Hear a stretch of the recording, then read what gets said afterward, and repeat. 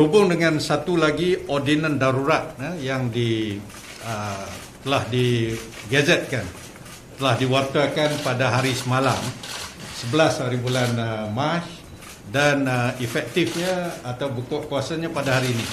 Inilah ordinan darurat kuasa perlu nombor 2 tahun 2021, di mana ordinan darurat kuasa perlu nombor 1 lah, kita anggap nombor 1, telah diwartakan pada 14 hari bulan Januari yang lalu. Itu yang utama ya.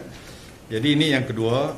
Walau bagaimanapun dengan adanya ordinan ini, Kubah Duli Yang Maha Mulia Yang di-Pertuan Agong telah pun memasyhurkan sebanyak 4 ordinan.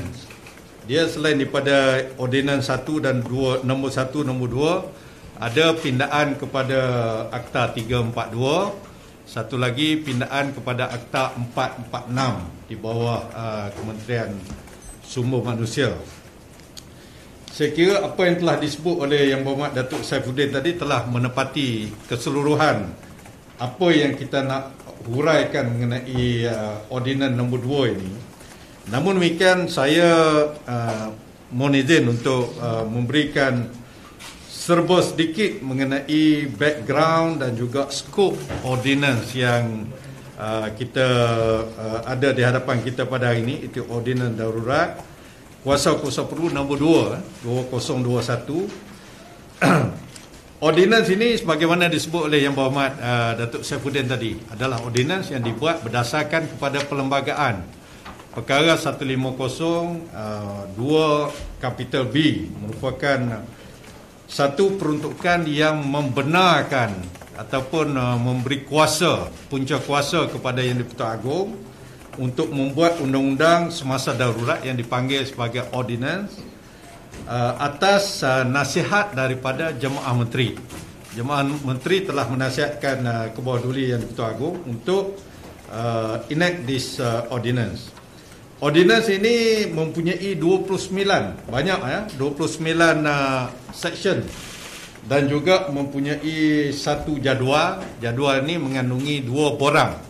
Borang A, borang B yang kita akan sentuhlah sedikit sekejap daripada ini.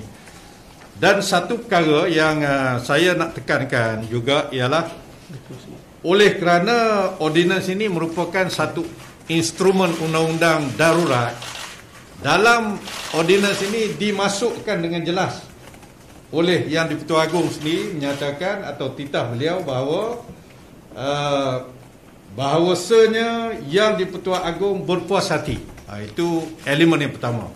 Yang di-Pertuan Agong is satisfied bahawa tindakan serta-merta, ini bukan tindakan serta-merta adalah dikehendaki bagi menjamin dan mengekalkan keselamatan, kehidupan ekonomi dan juga ketenteraman awam. Itu keperluan di bawah artikel atau perkara 150 perlembagaan ya.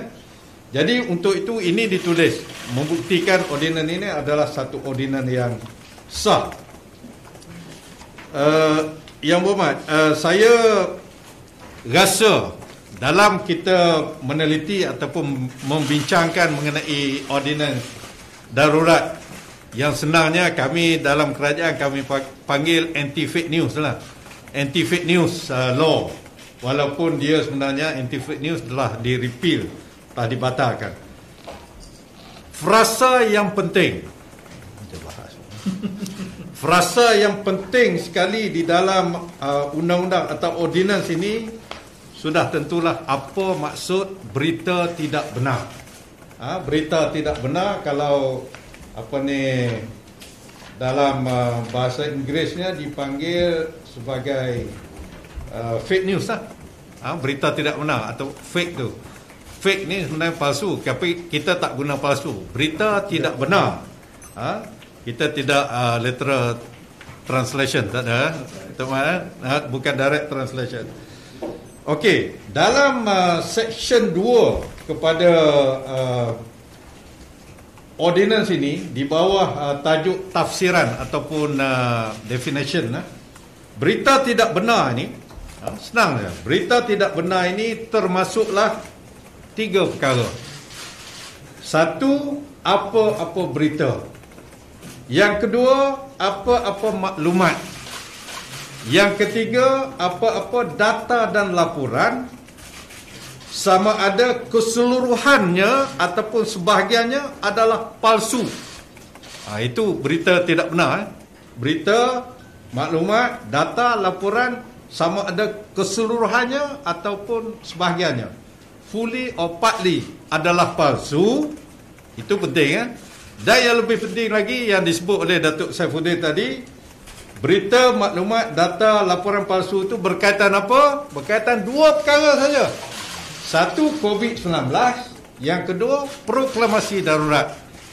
Kami perlu menyatakan dengan jelas, kerana di luar sana ramai pentafsir-pentafsir yang cuba mentafsirkan ordinan yang dibuat oleh Yang di-Pertuan Agong. Ordinan ini covers two areas only. Satu, COVID-19, berita maklumat mengenai COVID-19 yang palsu, dan yang keduanya berita maklumat data yang palsu mengenai darurat ataupun proklamasi darurat, ya. Dan berita tidak benar ni juga dia boleh datang dalam pelbagai bentuk, various form. Satunya rencana, artikel. Yang keduanya visual.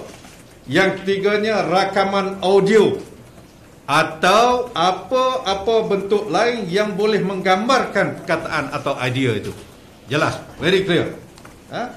Itulah berita tidak benar ataupun fake news according to this ordinance. Itu jelas. Saya Asrul Nizam Kadir, berita dalam dan luar negara, sukan, ekonomi dan gaya hidup, semuanya kini dalam Bulletin TV3, dan pastikan anda subscribe YouTube Bulletin TV3.